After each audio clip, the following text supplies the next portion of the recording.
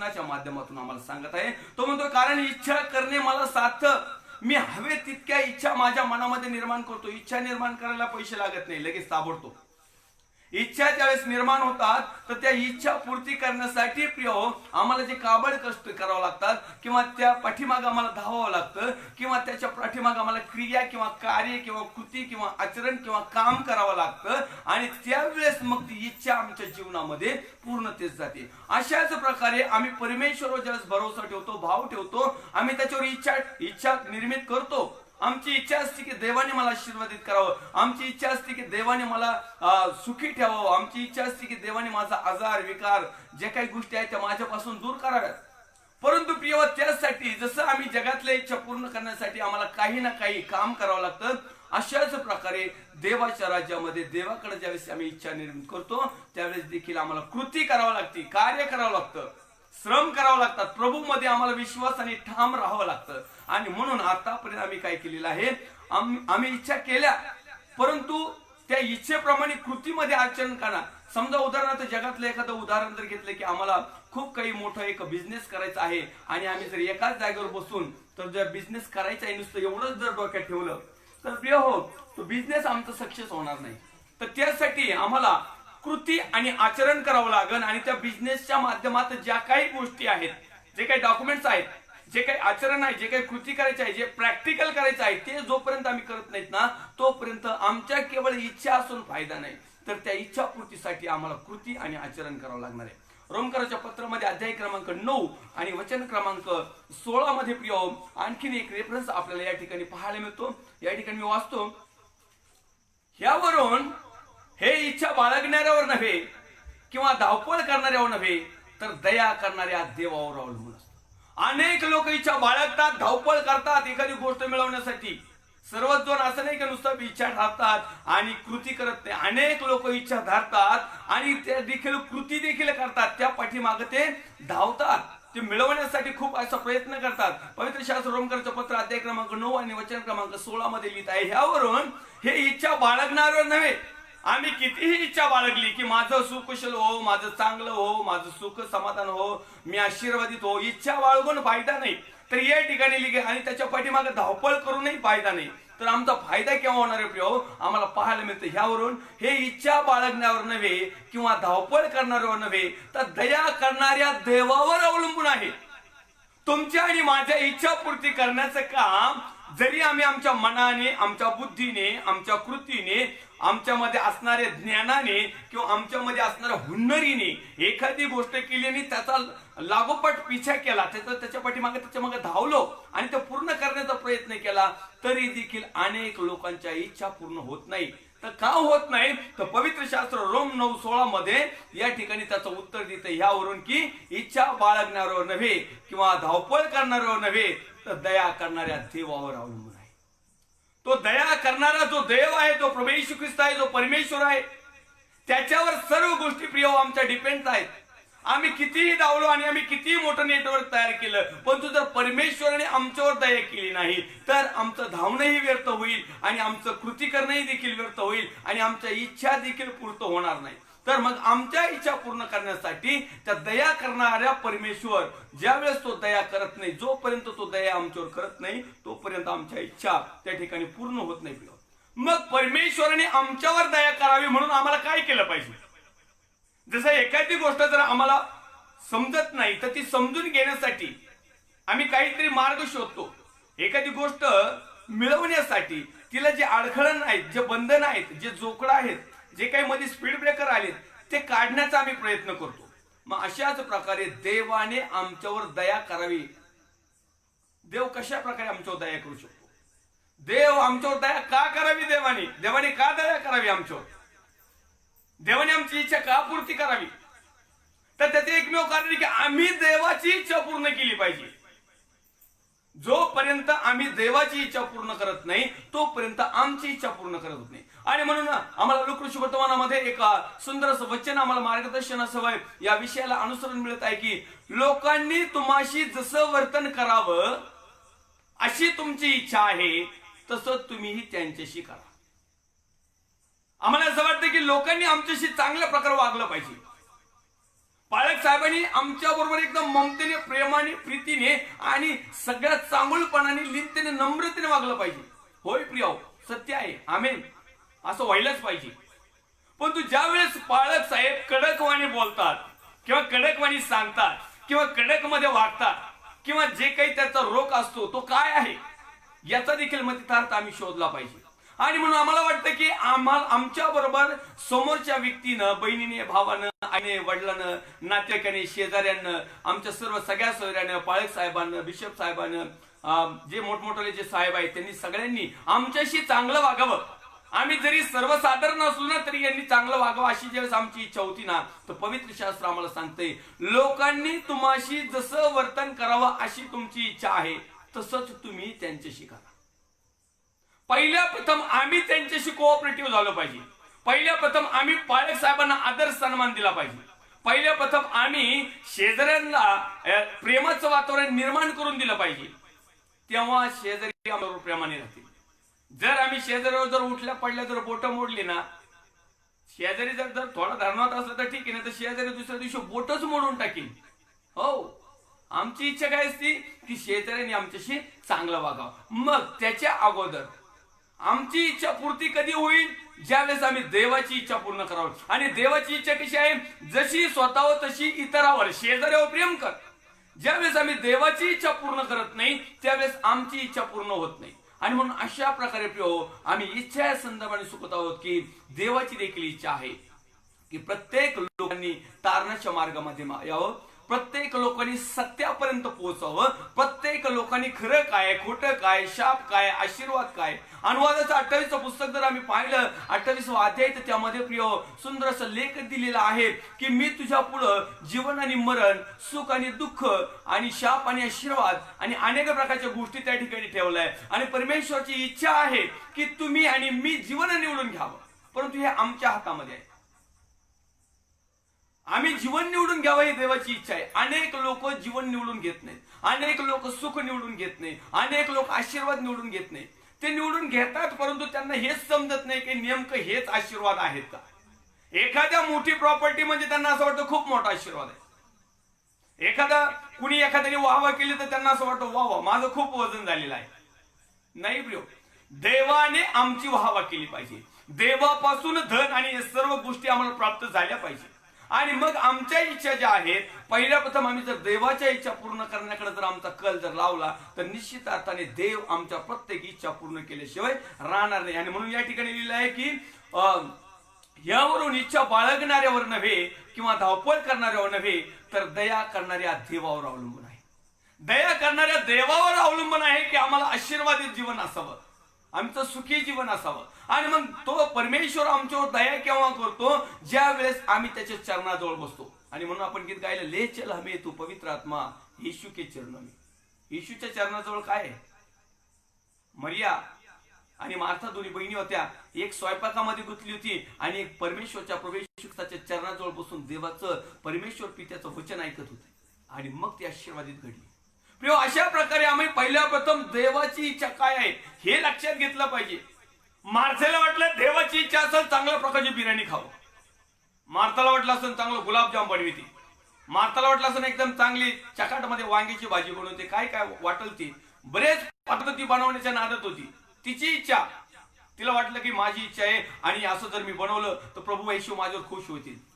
मरीची इच्छा पहा, मरिया म्हटली तिकडे काही हो, मी परमेश्वराच्या चरणाजवळ बसल आणि परमेश्वराचं वचन ऐकल, देव बापाचं वचन मी ऐकल, ही मरियाची इच्छा. आणि मग यामध्ये परमेश्वर पित्याची इच्छा होती की या दोन्ही बहिणींनी परमेश्वराच्या चरणाजवळ बसावं. कारण आम्ही कालच्या सुरुवातीच्या एक रेफरन्सला पाहिलं की ज्यावेळेस प्रभू येशू ख्रिस्त आला त्याचे शिष्य म्हटले गुरुजी जेव्हा, तर तो परमेश्वराचा पुत्र प्रभू येशू ख्रिस्त त्या ठिकाणी म्हटलं की ह्या लोकांसाठी जी काही मध्यस्थी करतोय किंवा देवाचा मार्ग शिकवतोय किंवा यांना तारणाचं शिकवतोय हेच माझ्यासाठी खरं अन्न आहे. योहान सुवर्तमान त्याचा 4 अध्याय आणि 34 वचनामध्ये ज्याने मला पाठवलं त्याच्या इच्छेप्रमाणे करावे व त्याचे कार्य सिद्धीस न्यावे हेच माझं अन्न आहे. हे मरियाला समजलं आणि मरिया डायरेक्ट त्याच्या चरणाजवळ येऊन बसली. मार्थेला समजलं नाही. मार्थेला वाटलं नाही परमेश्वर जेवणावळीने खुश होईल. तिला असं वाटलं तसं की सुंदर असा वास जर आला ना एकदम मस्त असा सुवासिक तर परमेश्वर कदाचित हॉलमध्ये उठून माझ्या किचन मध्ये येईल. प्रिय, तसं काही घडणार नाही. आजही अनेक लोक फक्त जेवणासाठीच सगळ्या काही गोष्टी करतात. खेदाची गोष्ट आहे. या ठिकाणी परमेश्वराचा पुत्र प्रभू येशू ख्रिस्त याची इच्छा काय आहे? प्रभू येशू ख्रिस्त 5-5 हजारांनी किती जरी हजार आले तरी सगळ्यांना संगत जेवण देणारा पुरवणारा परमेश्वर आहे. आणि म्हणून आम्ही जेवणासाठी आमचं ज्येष्ठत्व विकावं काय?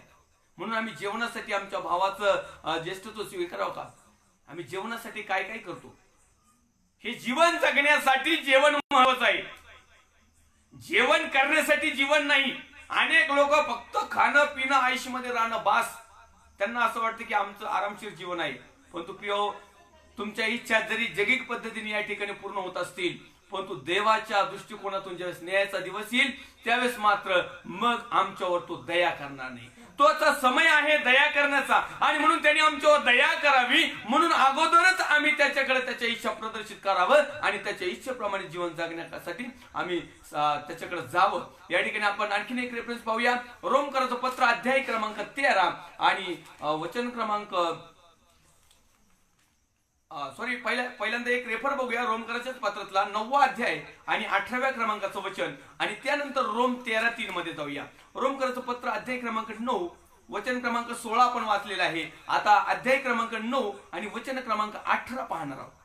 यावरून त्याच्या इच्छेस येईल त्याच्यावर तो दया करतो आणि त्याच्या इच्छेस येईल त्याला तो कठीण हृदयाचं करतो. परमेश्वरच्या हातामध्ये आहे, परमेश्वरच्या इच्छेमध्ये आहे. आम्हाला अनेक वेळेस वाटतं, या ठिकाणी परमेश्वरचं वचन सांगतं की ह्यावरून त्याच्या इच्छेस येईल, परमेश्वरच्या इच्छेस येईल त्याच्यावर तो दया करतो आणि परमेश्वरच्या इच्छेस येईल त्याला तो कठीण हृदयाचा करतो. सुंदर असं वचन आम्ही पाहिलं. तो मोशेच्या जीवनामध्ये मोशेवर इतकी काय परमेश्वराने दया केली आणि मोशेला इतकं ममताळू दयाळू आणि परमेश्वरच्या जवळ साधलं. आणि आम्ही पाहतो की तितकाच कठीण त्या फारो राजाला बनवलं, इतकं काही कठीण बनवलं की त्याचा अक्षरशः एकुलते पुत्र मरण पावला, इथपर्यंत त्याला कठीण बनवलं. देवाची दया आहे, देवाची कृपा. देव ज्यावेळेस एखादी इच्छा त्याची प्रदर्शित करतो, देवाच्या इच्छा पुढे जगातली इच्छा शून्य आहे. आणि म्हणून अगोदरच आम्ही देवाची इच्छा पूर्ण करण्याकरता आमचा कल केला तर निश्चित अर्थाने देव आम्हाला कठीण करणार नाही. देव आम्हाला दया करील.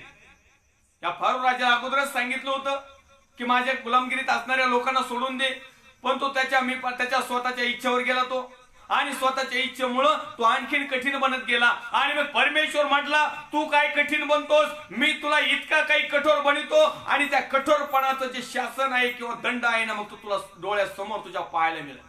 आणि मी माझ्या सेवक मोशाला इतकं काही लीन आणि इतकं काही नम्र बनवतो आणि त्याच्यावर इतकी काही दया करतो ना, तर तू देखील पाहून देवाच्या नावाचा महिमाने गौरव करशील.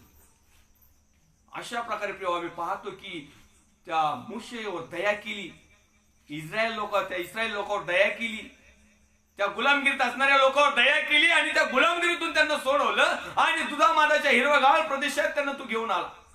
आणि ज्यांनी रानामध्ये परमेश्वराचा क्रोध भडकवला, परमेश्वराच्या विरोधात वागले, स्वतःची इच्छा पूर्ण करण्यासाठी सेवकाला भांडले, परमेश्वराला भांडले, परमेश्वरावर आरोप केले, मग त्याच परमेश्वराने त्याच रानामध्ये त्यांच्यावर दया केली नाही, त्यांच्यावर अनुग्रह केला नाही, त्यांच्यावर कृपा केली नाही.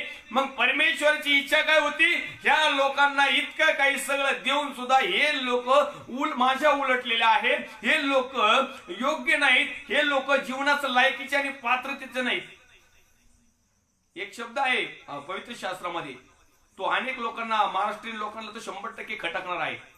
नालायक शब्द आहे, नालायक. त्याचा अर्थ मी तुम्हाला सांगतो प्रिय, तो शिवी नाही. अनेक लोकांना असं वाटतं ते लायकीचा नसलेला, पात्रतेचा नसलेला, अपात्र, थोडक्यात नापास, पसंतीस नसलेला, त्याला नालायक वापरतात. अनेक लोक या शब्दाप्रमाणे वागण्याचा प्रयत्न करत आहेत.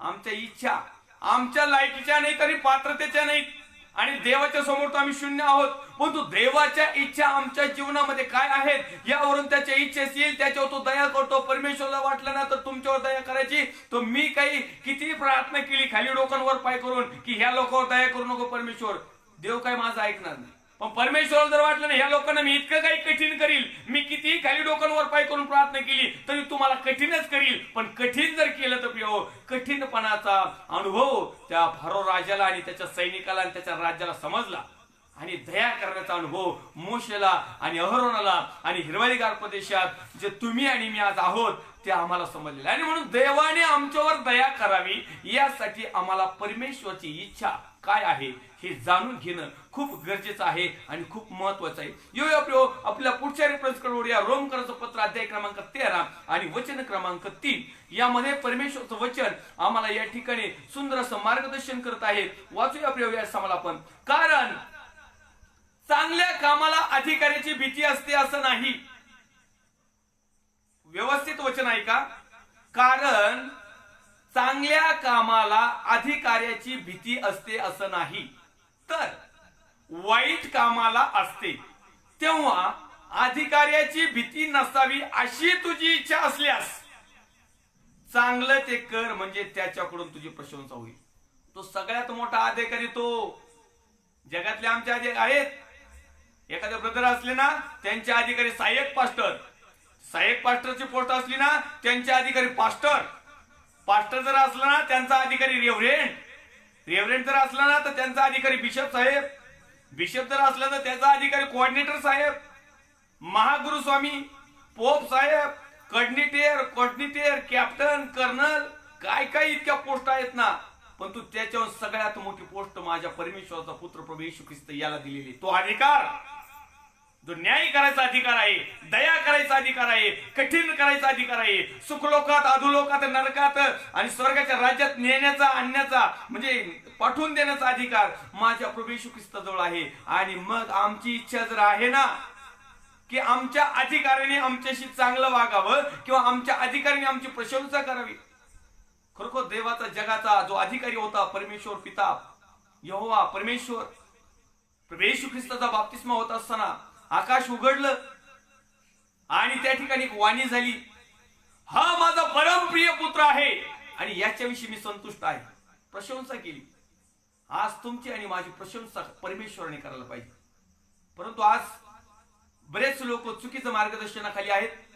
बऱ्याच लोकांना देवाचं वचनाचं मतितार्थ समजलेला नाही, त्याचा अर्थ समजलेला नाही, कुणी तो समजूनही घेतलेला नाही. आम्ही काय करतो की लोकांनी आमची प्रशंसा करावी. वा पाळक साहेब काय तुमचा आवाज आहे, काही तर लोक आहेत, वा पाळक साहेब किती सुंदर तुमचा माईक आहे, असं पण म्हणतात.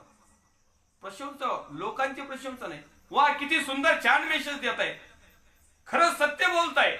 लोकांची प्रशंसा नाही, परमेश्वर म्हटलं पाहिजे की माझे सेवक त्या ठिकाणी जे लाईव्ह आहेत, जे पाहत आहेत आणि जे लाईव्ह मध्ये सांगत आहेत, या दोघांविषयी मी संतुष्ट आहे. या दोघांची प्रशंसा परमेश्वराने केली पाहिजे. मी कशा प्रकारे तुम्हाला सांगतो आणि तुम्ही कशा प्रकारे ग्रहण करता ही तुमची इच्छा आहे, एक माझी इच्छा आहे. परंतु तुमच्या आणि माझ्या इच्छेवर माझ्या देवपित्याची, माझ्या परमेश्वर पित्याची इच्छा आहे की तुम्ही आणि मी त्याची इच्छा पूर्ण करण्याकडे किंवा त्याची इच्छा काय ही समजून घ्यावी. आणि म्हणून या ठिकाणी परमेश्वराचं वचन आम्हाला सांगतंय, कारण चांगल्या कामाला अधिकाराची भीती असते असं नाही, तर वाईट कामाला असते. ज्यावेळेस आम्ही वाईट करतो, ज्यावेळेस आम्ही पाप करतो, ज्यावेळेस आम्ही आज्ञाभंग करतो, ज्यावेळेस आम्ही आज्ञा उल्लंघन करतो, ज्यावेळेस आम्ही आमच्याच मनाने, आमच्याच बुद्धीने, आमच्याच सामर्थ्याने, आमच्याच इच्छेने जीवन जगायला सुरुवात करतो ना, त्यावेळेस मग त्या अधिकारी जो आहे त्याची आम्हाला भीती वाटावी लागते. अनेक लोक अधिकाराची भीती बाळगतात आणि तो जगातला अधिकारी सैतान, अनेक लोक त्याला घाबरतात. अहो त्याला घाबरू नका. माझ्या तुमच्या आणि जगाचा उद्धारक प्रभू येशू ख्रिस्त याने त्याला वधस्तंभ, त्याचं स्वतःचं रक्त सांडून, स्वतःचं देह अर्पण करून त्याला ठेचलंय, त्याला गुलाम केलंय, त्याला बांधलंय, त्याला विकत घेतलंय आणि आम्हाला त्याच्या गुलामगिरीतून सोडवलं होतं. आम्ही त्याच्या गुलामगिरीत त्यावेळेस घाबरावं लागायचं. आणि म्हणून अनेक लोक काय करायचे, अर्पण करायची. परंतु आज अर्पण करायची गरज नाही. तो एकच कोकरा आमच्यासाठी अर्पण होऊन गेला. आणि म्हणून प्रिय हो, आम्हाला जर या ठिकाणी वचन सांगत आहे तेव्हा अधिकाऱ्याची भीती असा नसावी अशी तुझी इच्छा असल्यास चांगले ते कर, म्हणजे तुझी प्रशंसा होईल. तुम्हाला आणि मला चांगलं करायला लावलेलं आहे. परंतु प्रिय हो, आम्ही चांगलं करायला जातो परंतु आमच्या बुद्धीतून. आम्ही चांगलं करायला जातो पण आमच्या इच्छेनुसार. आम्ही दुसऱ्याची इच्छा मनावर कधी घेतच नाही. दुसऱ्याचं सुख कधी आम्हाला कशा प्रकारे, त्याला काय केल्याने त्याला सुख मिळेल, काय केल्याने त्याच्या जीवनामध्ये शांती येईल, काय केल्याने तो खुश होईल, आनंदी होईल, हर्षित होईल. आम्ही फक्त आमचंच बघतो, काय केल्याने मला सुख मिळेल, काय केल्याने मी आनंदी होईल, काय केल्याने मी हर्षित होईल. आणि मग अनेक लोकांना असं वाटतं की जगातली प्रॉपर्टी जर मिळवली खूप मोठी तर मी आनंदित राहील आणि ही माझी इच्छा पूर्ण होईल. ही इच्छा तुमची पूर्ण होईल, परंतु ती वापरण्यासाठी परमेश्वराने तुम्हाला आणि मला जिवंत ठेवलं पाहिजे. अनेक लोक काबाड कष्ट करून 2 नंबरचे धंदे करून आणखीन काय काय करून इतकी काय प्रॉपर्टी जमावतात ना, जमावतात आणि लगेच वरचं तिकीट काढतात. मग बाकीचं उरलेलं आहे त्यांची लेकरं बाळ आणि मग त्यांनाही काही आयतं मिळालेलं असतं आणि आयतं मिळालेल्याची किंमत राहत नाही. जे काबाड कष्टाने केलेला आहे ना त्याची किंमत राहते आणि तो एक एक रुपया आम्हाला कसा वापरायचा आणि त्या एक एक रुपया वापरत असताना आम्हाला त्याच्यात आनंद देखील मिळतो. आमच्या इच्छा पूर्ण करण्यासाठी आम्ही तो प्लॅन करतो आणि म्हणून आमच्यावर जो अधिकारी आहे त्याने आमची प्रशंसा करावी अशी जर आमची इच्छा असली तर तुझी इच्छा असल्यास चांगले ते कर, म्हणजे त्याच्याकडून प्रशंसा होईल. माझी इच्छा आहे की माझ्या अधिकाऱ्याने माझी प्रशंसा करावी, माझी इच्छा आहे की माझ्या परमेश्वराने माझी प्रशंसा करावी, माझी इच्छा आहे की माझ्यावर असणारे कामकाजामधले मॅनेजर असतील, मोठे साहेब असतील, अधिकारी असतील, त्यांनी माझी प्रशंसा करावी. तर मी चांगलं ते करा. आणि चांगलं केव्हा करतं माणूस, जे ड्युटी, जे काम, जे काही तुम्ही मेहनत किंवा जे काही कर्म करत आहात, जे काही क्रिया करत आहात, या क्रियेमध्ये आम्ही अधिकाराच्या अधीन राहून अधिकाराला आवडेल अशा गोष्टी केल्या पाहिजे. एक गोष्ट मात्र आम्हाला जमती, पाळक साहेबांच्या अधीन आम्ही बरंच असतो. कोण? डावे आणि उजवे, हे दोघ जण पक्के असतात. यांचा अधिकारी म्हणजे पाळक साहेब यांची प्रशंसा करतो, कारण हे दोघ जण जे आहेत आणि आणखीन 2-3 असतात ते जाखरीत असतात, पण 2 मस्त हेडलाईन्सला असतात. आणि मग ते काय करतात, त्यांचा अधिकारी त्यांची प्रशंसा करतो. वा, प्रेज लॉर्ड, पाळक ब्रदर, सिस्टर, खरोखर परमेश्वर तुमच्यामधून काम करत आहे, देवाचा आत्मा तुमच्यामधून काम करत आहे, तुम्ही अनेक लोकांपर्यंत पोहोचत आहात, अनेक दानाच्या पाकिट तुम्ही भरून आणत आहात, अनेक आपली मंडळी तुमच्यामुळं आज खूप मोठी झालेली आहे, अनेक लोक तुमच्यामुळंच गाळात गेलेले आहेत, अनेक लोक तुमच्यामुळंच इथं आले आणि मी त्यांना लुटू शकलो. हो, सत्य परिस्थिती आहे. अशांचा जो मालक आहे ना किंवा असाचा जो पाळक साहेब आहेत ना किंवा असे जो अधिकारी आहे ना त्या दोघा लोकांचा, तो त्यांची प्रशंसा करतो. वा वा, छान छान. ही तुटकी मुटकी प्रशंसा काही कामाची नाही. देवाने आमची प्रशंसा केली पाहिजे. होय, खरोखर त्या बहिणीने, त्या भावाने, त्या ब्रदरने, त्या सिस्टरनी देवाकडे आत्मे आणले. ओरिजिनल सत्य वचन सांगून, डुप्लिकेट वचन फेकून नाही, त्यांना काहीतरी जगातल्या फुशरक्या सांगून नाही, सगळे मोहपाश पाडून नाही. आम्ही पाहतो उत्पत्तीच्या पुस्तकामध्ये जे फळ होतं ना, दिसायला सुंदर, मनोहर, इष्ट, काय काय होतं, असेच इथं पास्टर आणि सिस्टर दिसायला मनोहर, टाय कोट, काय काय ते रुबाबच नका, डोक्यावर ओढणीचा पत्त्या नाही, लाज देखील वाटत नाही. पालखीन बाईला डोक्यावर पदरच घेत नाही. अशांची प्रशंसा परमेश्वर नाही करणार, अशांचं टक्कल परमेश्वर करेल.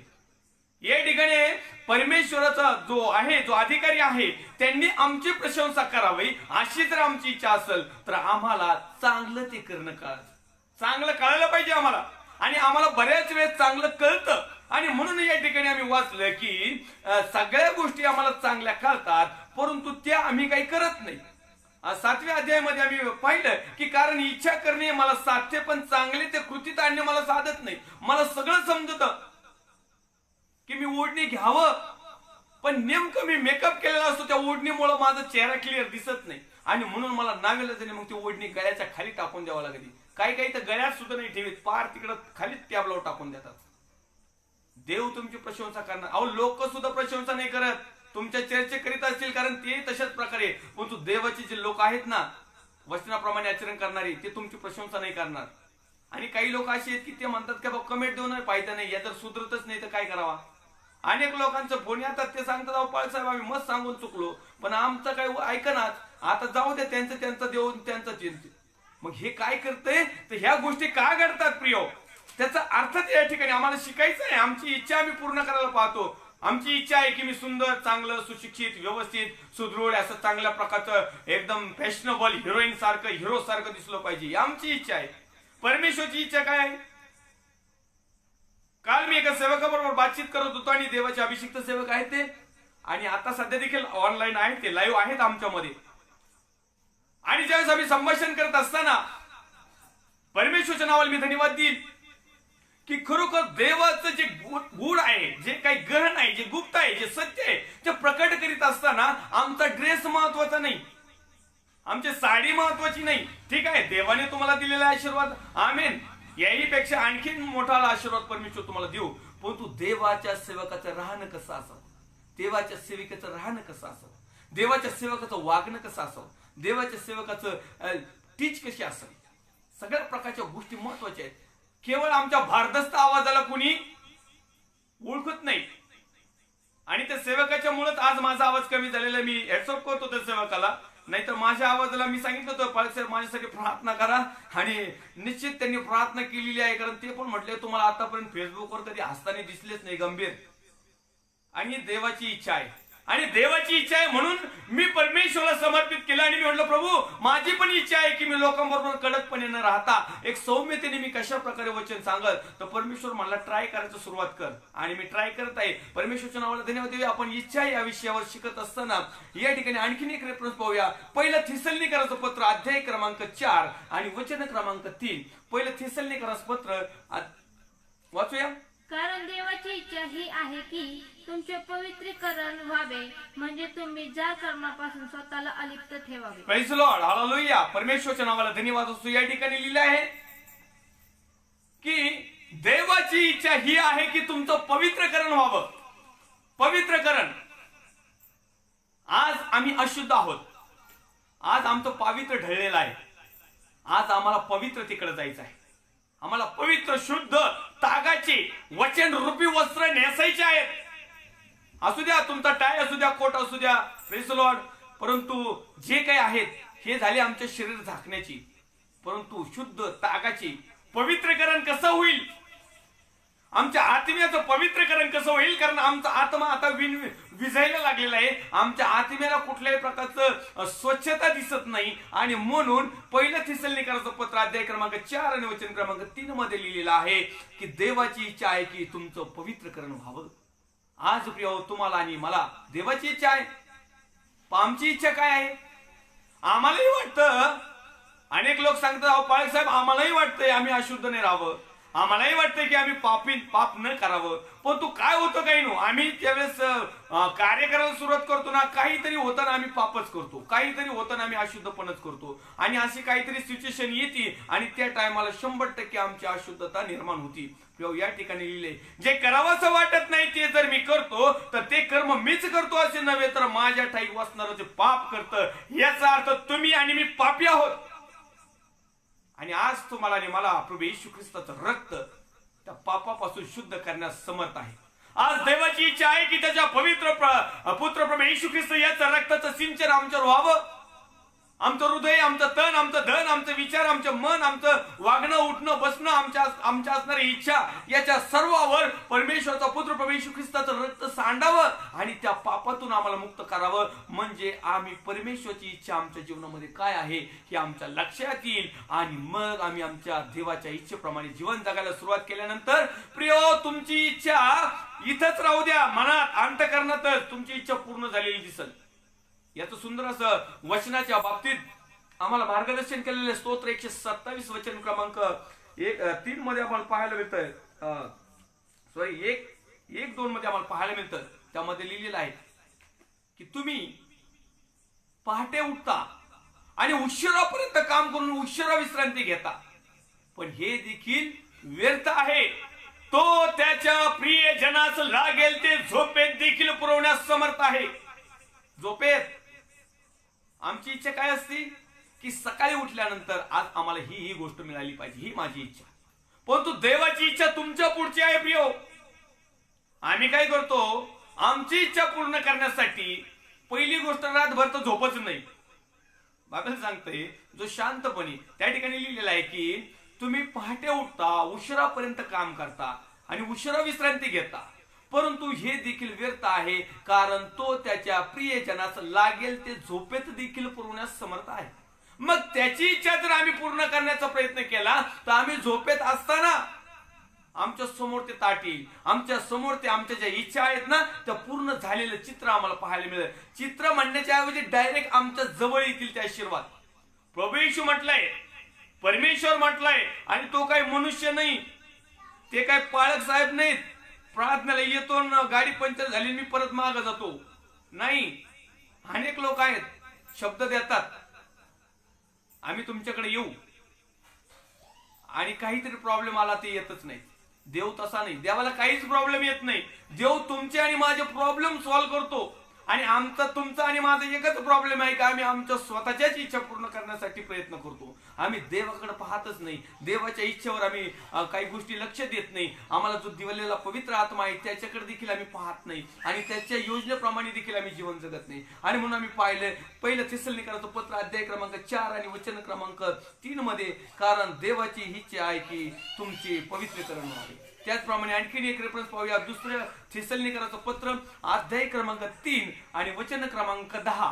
कारण आम्ही तुमच्या बरोबर होतो तेव्हा देखील आम्ही तुम्हास अशी आज्ञा केली होती की कोणाला काम करण्याची इच्छा नसेल तर त्याने खाऊही नाही. Praise Lord, hallelujah.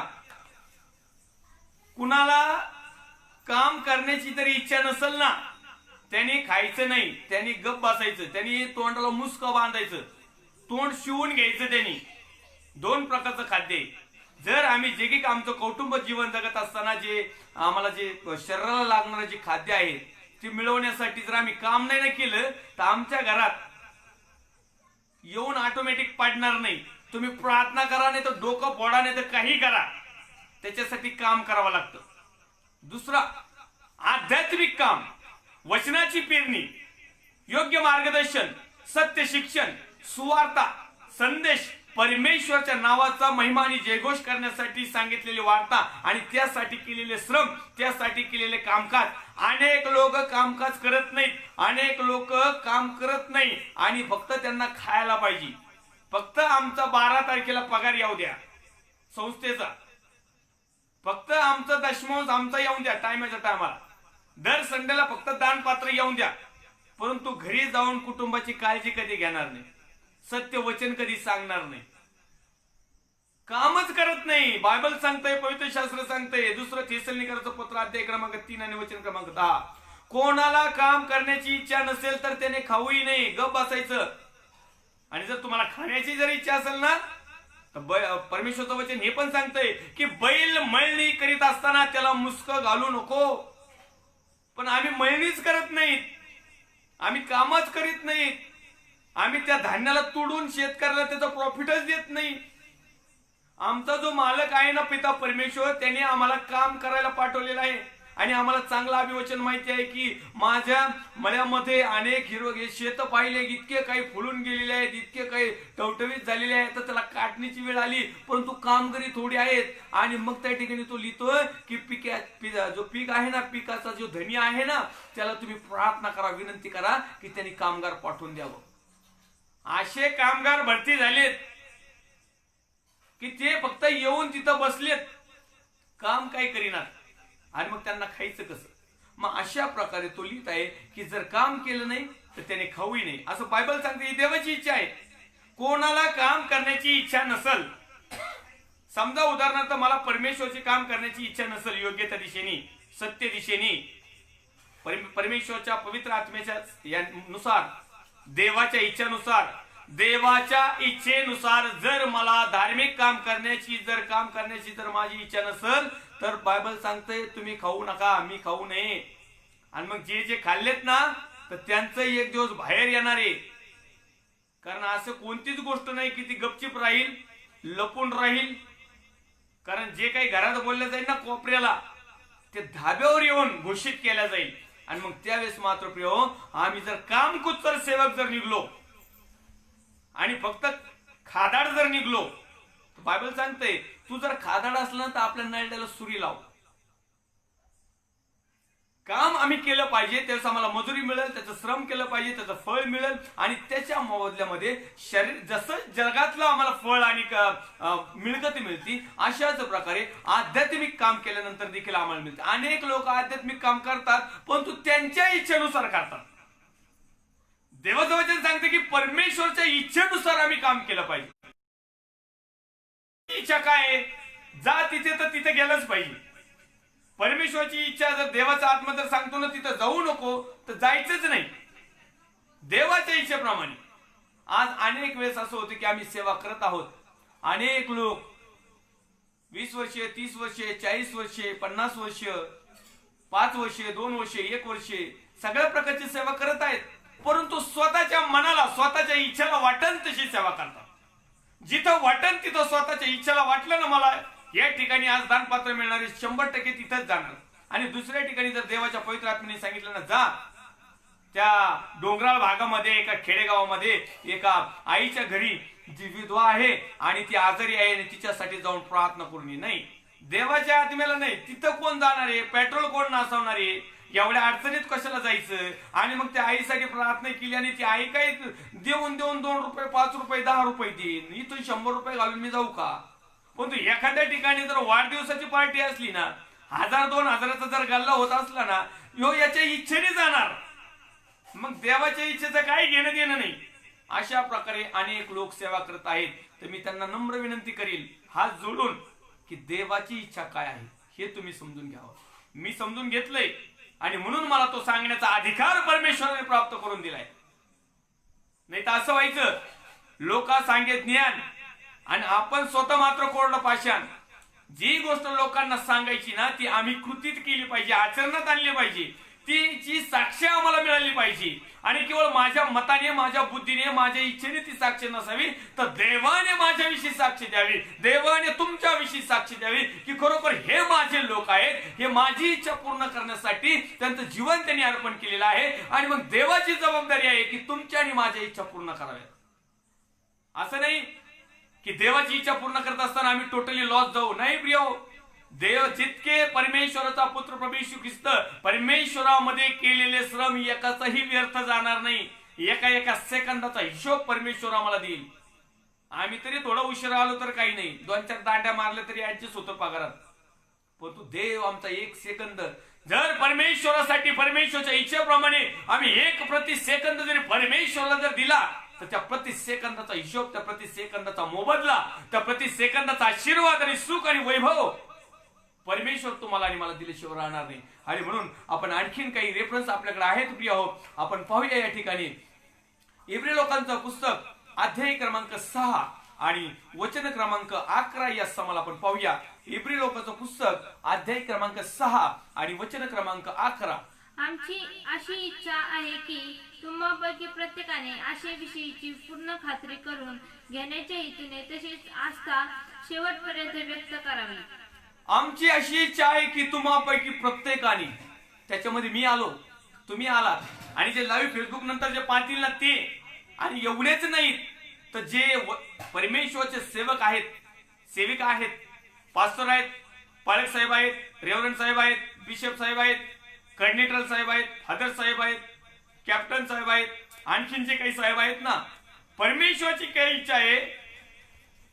देवाचा सेवक ज्या इब्री लोकांच्या पुस्तकामध्ये 6:11 मध्ये आम्हाला लिहितोय की आमची अशी इच्छा आहे त्या सेवकांची, जे खरे होते, जे रिअल होते, जे परमेश्वरापासून होते आणि जे परमेश्वराच्या इच्छेप्रमाणेच जीवन जगत होते, ते म्हणतात की आमची अशी इच्छा आहे की तुम्हापैकी प्रत्येकाने आशेविषयी पूर्ण खात्री करून घ्यावी. आमची आशा जी आहे ती त्या जिवंत परमेश्वरावर ठेवली पाहिजे. आमची आशा आहे आणि तो आशा पूर्ती करणार आहे. आणि आशा पूर्ती करण्यासाठी आम्हाला त्या परमेश्वराचा धावा करणं, त्या परमेश्वराची इच्छा समजून घेणं, त्या परमेश्वराच्या मार्गामध्ये वाढणं, त्या परमेश्वराच्या सत्य वचनाकडे येणं, त्या प्रकाशामध्ये चालणं खूप महत्वाचं आहे. आणि म्हणून आज आम्ही शिकत आहोत गेल्या 3 एपिसोड मध्ये, 3 भागापासून, की देवाची इच्छा काय आहे, आमची इच्छा काय आहे, जगाची इच्छा काय आहे, प्रभू येशूची इच्छा काय आहे, पवित्र आत्म्याची इच्छा काय आहे.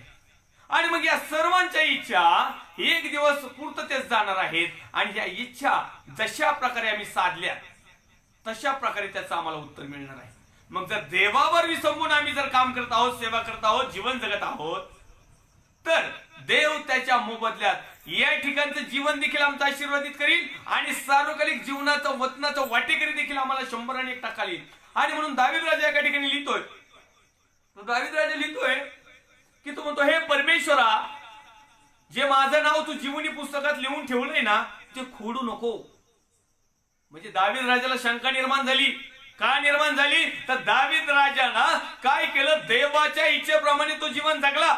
परंतु ज्या दिवशी तो देवाच्या इच्छेप्रमाणे जीवन न जगता त्याची इच्छा पूर्ण केली त्या बाल्कनीत येऊन, आणि त्याच्याकडून पाप घडलं आणि त्याची इच्छा पूर्ण केली आणि देवाची इच्छा नाकारली, आणि मग त्याच्या लक्षात आलं ते पाप त्यांनी कबूल केलं, परमेश्वराला कबूल केलं. त्याचं गुप्त पाप, तो राजा होता, त्याच्यावर कोणी दोष नाही केला, त्याच्याकडे कोणी बोट नाही केलं, त्याला कोणी कमेंटही नाही दिली. ते म्हणशील कमेंट द्यावा तो ह्यो राजा आहे, तलवारीने मुंडकं छाटीन, कमेंटच नाही दिली. परंतु त्याच्या अंतःकरणामध्ये आतून आत्म्याने जो इतक्या दिवस परमेश्वराच्या प्रत्येक शब्दावर होतो. परमेश्वर जर म्हणलं ना जा लढाई कर, तो लढायला जायचा. परमेश्वर जर म्हणलं ना कुछ करू नको, तो कुछ नाही करता. तो जर म्हणलं ना, परमेश्वर जर म्हणलं ना तू लढू नको, नाही लढायचं. परमेश्वर जर म्हटलं ना थांब, लगेच थांबायचं. देवाच्या इच्छेनुसार जीवन जगत होता. परंतु ज्यावेळेस त्याने स्वतःच्या इच्छेप्रमाणे जीवन जगला, त्याच वेळेस त्याच्याकडे पातक झालं आणि त्याच्या आत्म्यातून त्याला आवाज आला आणि आत्म्याने सांगितलं, आणि तो एका ठिकाणी म्हणतो देखील की हे परमेश्वरा, माझ्या गुप्त पापाची तू मला क्षमा कर, कारण माझं पाप लोकांनी पाहिले नाही, लोकांनी दाखवलं नाही, परंतु माझं अंतःकरण जे दिलेलं तुझा देवाचा आत्मा आहे ना, पवित्र आत्मा, तुम्हाला सांगत आहे की मी पाप केलेलं आहे. आणि अशा प्रकारे त्याला लक्षात आलं आणि त्याला वाटलं की देवाच्या इच्छेप्रमाणे जीवन जगणाऱ्याचं नाव स्वर्गाच्या राज्यामध्ये जीवनी पुस्तकामध्ये लिहिलेलं आहे. आणि हा त्याचा विश्वास होता. आणि मग त्याच्या लक्षात आलं कदाचित एखाद्या टायमाला या पापामुळे, या शापामुळे, माझी इच्छा पूर्ण केल्यामुळे हे नाव खोडणार तर नाही ना. होय, पण होईल तसं होईल, कारण देवाचा कोणी मंत्री झाला नाही आणि देवाला सजेशन देणाराही कोणी झाला नाही. आणि आम्ही वचन पाहिलं, देवाने जर एखाद्या देवाची इच्छा असली नाही एखाद्यावर दया करायची, तो दयाच करतो. देवाला जर वाटलं नाही याला कठीण करायचं, तर तो कठीणच करतो. परंतु दया करणारा चांगला. कठीण जर झालं ना, तर त्या कठीणाचा मोबदला त्या ठिकाणी आम्ही जसं पाहिलं की संपूर्ण टोटली ते सैन्य गायब झालं. फारो राजाचं नामो निशाण मिटून गेलं. अहो, एकुलता एक पुत्रही गेला, सैनिक गेले, सेनापती गेले, रथ गेले, घोडे गेले, हाती गेले. आता जाऊ द्या स्वतः तो फारो राजाच त्याच्यात बुटकळून मेला, काय राहिलं? आणि म्हणून देवाने आम्हाला दया करावी. देवाची इच्छा आहे तो आमच्यावर दया करू इच्छितो, पण आमची इच्छा आहे की देवाने आमच्यावर दया करावी.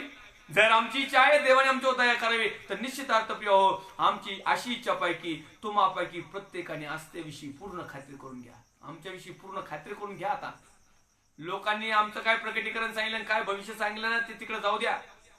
पण देवाचं वचन आम्हाला जे कसं आम्हाला सांगत आहे, तर त्या गोष्टी स्वीकारण्याकडे आमचं विशेष लक्ष असू द्या. आम्ही आणखीन एक रेफरन्स पाहूया. इब्री लोकांचं पुस्तक 2 अध्याय, इब्री लोकांचं पुस्तक अध्याय क्रमांक 2 आणि वचन क्रमांक 4 वाचूया, लवकर वाचा. त्यांच्या बरोबर देवाने ही चिन्हे, अद्भुते व नाना प्रकारचे पराक्रम करून आणि आपल्या इच्छेप्रमाणे पवित्र आत्म्याची दाने वाटून देऊन साक्षी दिली. या ठिकाणी लिहिले इब्री लोकांचं पुस्तक अध्याय क्रमांक 2 आणि वचन क्रमांक 4 मध्ये आपल्या इच्छेप्रमाणे पवित्र आत्म्याचे दाणे वाटून त्यांनी साक्षी दिली. आपल्या इच्छेप्रमाणे पालक साहेबांनी पालकीनबाईंनी गुडघ्यावर येऊन 40 दिवस उपवास प्रार्थना केला आणि त्यांना पवित्र आत्मा मिळालाय आणि मला कृपादानी मिळाले. असे अनेक लोकांना साक्ष दिलेले आहेत आणि अनेक लोकांना गुडघे फुटूस तर बसायला लावले, पण त्यांना अजून पवित्र आत्मा प्राप्त व्हायला नाही. हे लक्षात घ्या. देवाची इच्छा आहे, परमेश्वराची इच्छा आहे. आपल्या इच्छेप्रमाणे पवित्र आत्म्याचे दाणे वाटून त्याने साक्ष दिली. मग हे आमच्या मतावर नाही, आमची इच्छा आहे की परमेश्वर दे बाप्पा मला तुझं कृपादान दे, परमेश्वर दे बाप्पा तुझा पवित्र आत्मा माझ्यामध्ये वाढू दे, पवित्र आत्म्याप्रमाणे मला वर्तन आणि क्रिया करू दे, पवित्र आत्म्यामध्ये मला परमेश्वरामध्ये वाढू दे. पण इब्री 2:4 मध्ये लिहित आहे की आपल्या इच्छेप्रमाणे पवित्र आत्म्याचे दाणे वाटून दिली. आज अनेक ठिकाणी म्हणतात या आपण पेंटिकोस्टल दिवस साजरा करू. पालक साहेबांनी डोक्यावर हात ठेवला का त्या ठिकाणी अनेक बहिणींना पवित्र आत्मे मिळाले आणि घरी येऊन सगळा सत्यानाश केला, धिंगाणा केला, घरात अव्यवस्थापना केला. अहो, यांचा पवित्र आत्मा कधीही सुरू होतोय. दुपारी जर प्रार्थनेला बसले तर संध्याकाळी तिचा नवरा कामावून येतो बिचारा काबड कष्ट, तरी हिचा पवित्र आत्मा आटपतच नाही. हे मनाने यांच्या इच्छेने पवित्र आत्मा प्रकट केला यांनी, देवाच्या इच्छेने नाही. या ठिकाणी आपला विषय नाही प्रिय, परंतु इच्छा जो आहे ना, तर आपल्या इच्छेप्रमाणे देवाने देवाच्या इच्छेप्रमाणे तुम्हाला आणि मला पवित्र आत्म्याचे दान वाटून दिले आणि एक साक्ष दिलेली आहे. परमेश्वरच्या नावाला मी धन्यवाद देईन की खरोखर देवाच्या इच्छा, देवाच्या योजना अद्भुत आहेत, आमच्या कल्पना शक्ती पलीकडच्या आहेत, आमच्या बुद्धी सामर्थ्याच्या पलीकडे आहेत. जिथं आमची बुद्धी संपत्ती ना, तिथून माझ्या परमेश्वराची बुद्धी चालू होती. आणि म्हणून एक शास्त्रवाक्यावरचा रेपर सांगतो, आपला वेळ संपत आलेला आहे आणि आपला इच्छा विषय देखील अपूर्ण राहिलेला आहे. आम्ही पुन्हा एक वार उद्या लाईव्ह फेसबुकवर इच्छा या विषयावर आपण चिंतन आणि मनन करणार आहोत आणि त्यामध्ये खरोखर देवाच्या नावाचा महिमा आणि गौरव करणार आहोत, जेणेकरून आमच्या ज्या इच्छा आतापर्यंत ज्या पूर्ण झाल्या नाहीत किंवा ज्यांच्या झाल्यात किंवा ज्या आमच्या इच्छा आम्ही ठेवलेल्या आहेत, आज सगळ्या जगाची एकच इच्छा आहे, परमेश्वर दे बापा हा कोरोना आमच्यापासून दूर कर. मग देवाची इच्छा काय आपण जाणून घेणार आहोत.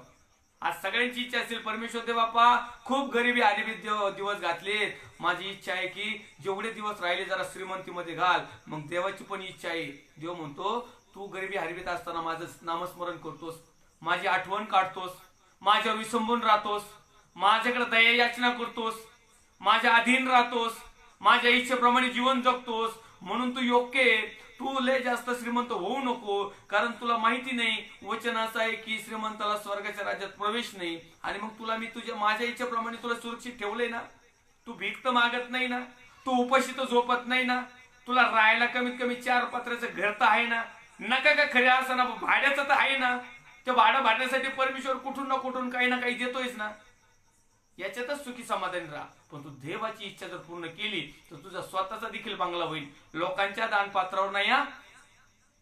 अनेक लोकांनी लोकांच्या दानपात्रावर बंगले बांधले, परंतु नाही, आमची झोपडीमध्ये जी शांती आहे ना त्यांच्या बंगल्यामध्ये नाही, कारण त्यांनी अन्यायाने ते मिळवलेले आहे आणि त्या देवाच्या इच्छेनुसार नाही.